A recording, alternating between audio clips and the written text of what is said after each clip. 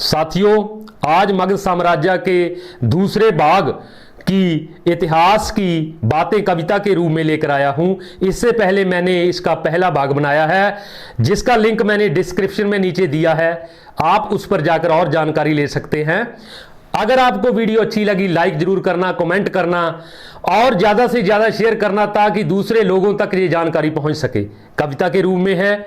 और जो नए लोग मेरे चैनल पर आए हैं दोस्त, वो एक बार सब्सक्राइब जरूर करना और वीडियो को अंत तक जरूर देखना, क्योंकि बहुत ही जानकारी की बातें इसमें मैंने शामिल की है कविता के रूप में। अब मौर्य साम्राज्य का अंतिम शासक बृहद्रथ के सेनापति पुष्यमित्र शुंग ने 185 ईस्वी पूर्व में बृहद्रथ की हत्या करके मगध में शुंग वंश को ले आया। मगध में शुंग वंश को ले आया। 185 ईस्वी पूर्व से 73 ईस्वी पूर्व तक, यानी 112 वर्षों तक शुंग वंश के पुष्यमित्र के बेटे अग्निमित्र, 8 वर्ष तक जेठमित्र तथा इस वंश का चौथा उत्तराधिकारी शासक अग्निमित्र का पुत्र वासुदेव बनाया। भागभद्र शुंग वंश का 9वां शासक बना। भागभद्र शुंग वंश का 9वां शासक बना तथा अन्य और 8 शासकों ने 73 ईस्वी पूर्व तक था बड़ा नाम कमाया। 73 ईस्वी पूर्व तक था बड़ा नाम कमाया। शुंग वंश का ही अंतिम शासक देवभूमि अयोग्य और विलासी शासक होने की वजह से उसे उसके एक मंत्री वासुदेव ने 73 ईस्वी पूर्व में मार डाला और वो कण्व वंश को वहां ले आया। कण्व वंश के 4 शासक वासुदेव, भूमिमित्र, नारायण और सुशर्मन ने 45 वर्षों तक मगध में झंडा था फहराया। लेकिन 28 ईस्वी पूर्व में इस वंश के अंतिम शासक सुशर्मन की सीमुक ने, जो सातवाहन से संबंध रखता था, हत्या करके कैसे सातवाहन वंश का नाम चलाया, इसका भी भेद बताता हूं। आज मैं मगध साम्राज्य के दूसरे भाग की बातें आप तक पहुंचाता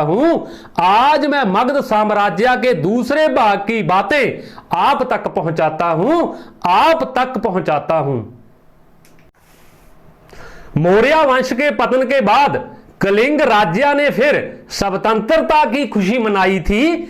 महामेघ वाहन ने वहां पर चेदी वंश की स्थापना करके अपनी झंडी लहराई थी।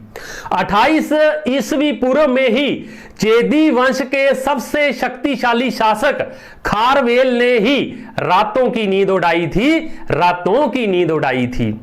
कलिंग का शासक वो बन बैठा तथा उसने महाराजा और कलिंगपति की उपाधि अपनाई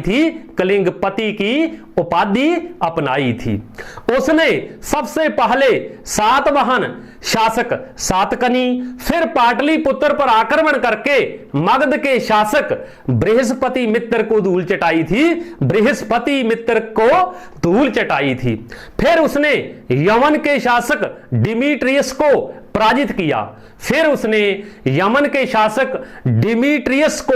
पराजित किया। आओ वहां तक ले जाता हूं। आज मैं मगध साम्राज्य के दूसरे भाग की बातें आप तक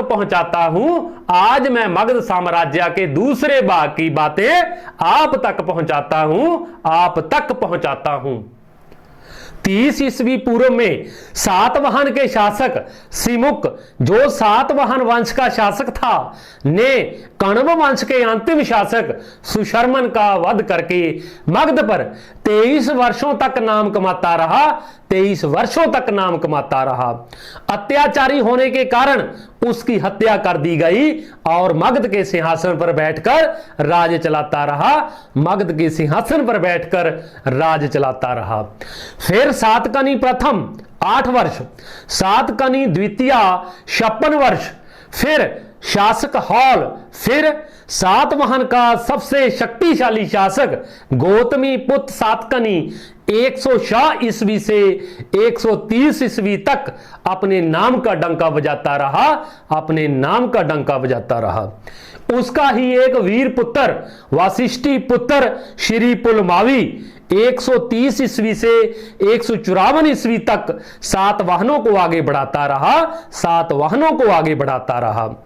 165 ईस्वी से 195 ईस्वी तक मगध पर शासन करने वाला सातवाहनों का अंतिम शासक कैसे शकों से हार गया, इस पर भी नजर दौड़ाता हूं, इस पर भी नजर दौड़ाता हूं।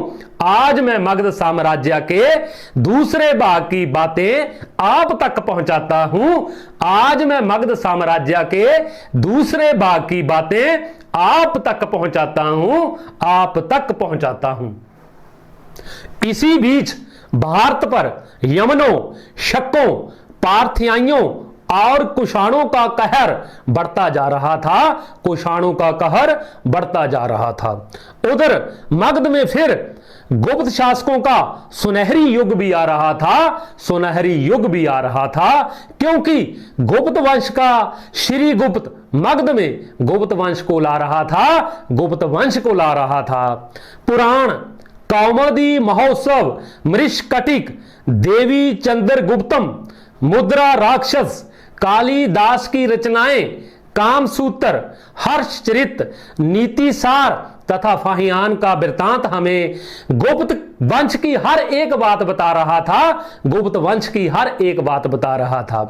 अब मगध में ही श्री गुप्त ने 240 ईस्वी में गुप्त वंश की नींव रखकर जो नया इतिहास रचा, जो नया इतिहास रचा, उसकी भी तस्वीर दिखाता हूं, उसकी भी तस्वीर दिखाता हूं। आज मैं मगध साम्राज्य के दूसरे भाग की बातें आप तक पहुंचाता हूं। आज मैं मगध साम्राज्य के दूसरे भाग की बातें आप तक पहुंचाता हूं, आप तक पहुंचाता हूं। मगध से मौर्य साम्राज्य का पतन होते देख पश्चिमी भारत में अनेक राजवंशों बैक्टीरियाई, शक, पार्थियाई और कुषाण 200 ईस्वी से 300 ईस्वी तक कब्जा जमाते चले गए, कब्जा जमाते चले गए। गंधार कला, मुद्रा निर्माण, चित्रकला, मूर्ति कला, चिकित्सा से संबंधित व अनेक प्रकार के फैशन वो भारत को सिखाते चले गए, वो भारत को सिखाते चले गए।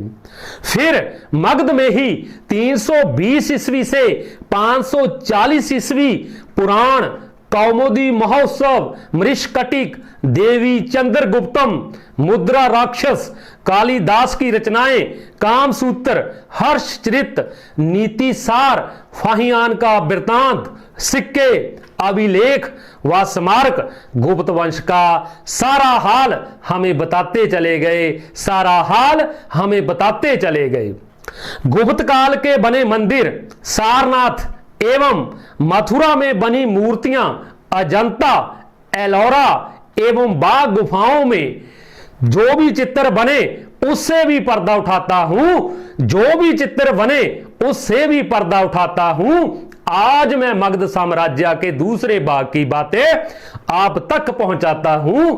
आज मैं मगध साम्राज्य के दूसरे भाग की बातें आप तक पहुंचाता हूं, आप तक पहुंचाता हूं। फिर मगध में ही श्री गुप्त ने 240 ईस्वी में नींव गुप्त वंश की रखी थी, नींव गुप्त वंश की रखी थी।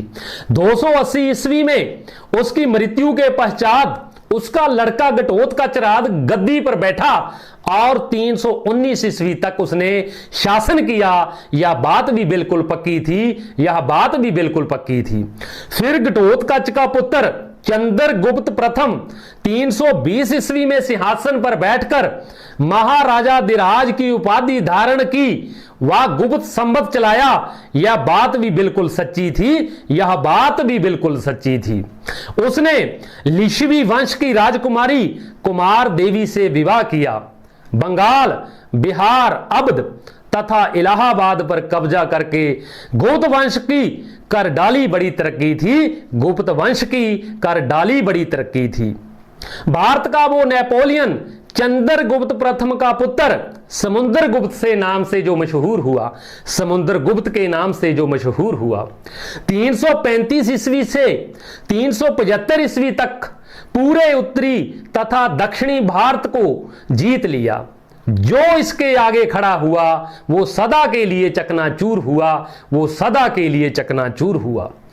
जंगली जातियों पंजाब तथा राजस्थान की 9 गणतंत्री जातियों, सीमांत राज्य पश्चिमी राजस्थान, मध्य प्रदेश, असम तथा नेपाल घुटने टेकने को हर कोई मजबूर हुआ, हर कोई मजबूर हुआ। अश्वमेध यज्ञ करवाया। कैसे?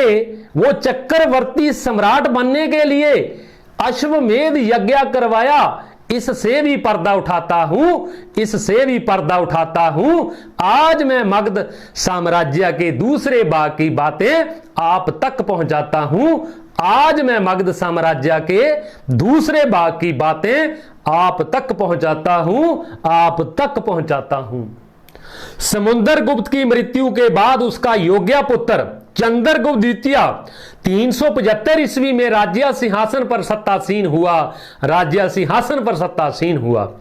415 ईस्वी तक जिसने शासन करके मालवा, गुजरात, काठियावाड़, बंगाल, बल्ख तक मगध साम्राज्य के लिए जो था प्रवीण हुआ, मगध साम्राज्य के लिए जो था प्रवीण हुआ। उसने पाटलिपुत्र के स्थान पर उज्जैन को गुप्त साम्राज्य की राजधानी बनाकर, गुप्त साम्राज्य की राजधानी बनाकर सदा के लिए वो सर्वीण हुआ, सदा के लिए वो सर्वीण हुआ। बौद्ध तीर्थ स्थानों की यात्रा करने तथा बौद्ध ग्रंथों का अध्ययन करने चंद्रगुप्त द्वितीय के शासनकाल के दौरान चीनी यात्री फाहियान 405 ईस्वी से 411 ईस्वी तक भारत में आया था। 405 ईस्वी से 411 ईस्वी तक भारत में आया था। उसने पाटलिपुत्र के प्रशासन, सामाजिक, आर्थिक तथा धार्मिक दशा के विषय में ग्रंथ फोकोकी में लिखकर हमें बड़ा कुछ बताया था, लिखकर हमें बड़ा कुछ बताया था। चंद्रगुप्त द्वितीय का पुत्र कुमारगुप्त प्रथम कैसे 415 ईस्वी से 455 ईस्वी तक थोड़े समय के लिए रहा, थोड़े समय के लिए रहा, इसकी भी गाथा सुनाता हूं, इसकी भी गाथा सुनाता हूं। आज मैं मगध साम्राज्य के दूसरे भाग की बातें आप तक पहुंचाता हूं। आज मैं मगध साम्राज्य के दूसरे भाग की बातें आप तक पहुंचाता हूं। स्कंदगुप्त कुमारगुप्त का पुत्र जिसने सुदर्शन झील का निर्माण करवाया था, जिसने सुदर्शन झील का निर्माण करवाया था, जिसने 455 ईस्वी से 467 ईस्वी तक शासन किया और हूणों को सबक सिखाया था, और हूणों को सबक सिखाया था। मध्य एशिया की सभ्य, लड़ाकू और निर्दयी जाति हूणों ने ईरान, अफगानिस्तान और भारत पर आक्रमण करके बड़ा कहर कमाया था, बड़ा कहर कमाया था। ऐसा खदेड़ा स्कंदगुप्त ने हूणों को कि 50 वर्षों तक उन्होंने भारत में ना फिर कभी अपना चेहरा दिखाया था, ना फिर कभी अपना चेहरा दिखाया था। लेकिन स्कंदगुप्त की मृत्यु के पश्चात उसके उत्तराधिकारी निकम्मे, दुर्बल निकले, जिसका फायदा उठाकर हूणों के नेता तोरमान ने 500 ईस्वी में भारत पर आक्रमण करके गुप्तों के सपने को ढाया था, गुप्तों के सपने को ढाया था। उसने पंजाब, राजस्थान, कश्मीर और उत्तर प्रदेश के कुछ भागों पर कब्जा करके अपने साम्राज्य में मिलाया था, अपने साम्राज्य में मिलाया था। फिर 510 ईस्वी में उसने गुप्त शासक भानुगुप्त के सेनापति गोपराज को एरन नामक स्थान पर कड़ी पराजय देकर मालवा पर अधिकार करके कैसे अपने पुत्र मिहिरकुल को 515 ईस्वी में राजगद्दी पर बिठाया था, राजगद्दी पर बिठाया था, जिसके साथ ही मगध का अंत भी दिखाता हूं, जिसके साथ ही मगध का अंत दिखाता हूं। आज मैं मगध साम्राज्य की दूसरे भाग की बातें आप तक पहुंचाता हूं। आज मैं मगध साम्राज्य के दूसरे भाग की बातें आप तक पहुंचाता हूं, आप तक पहुंचाता हूं। ए भी पंजाबी चैनल नू सबसक्राइब कर दो यार।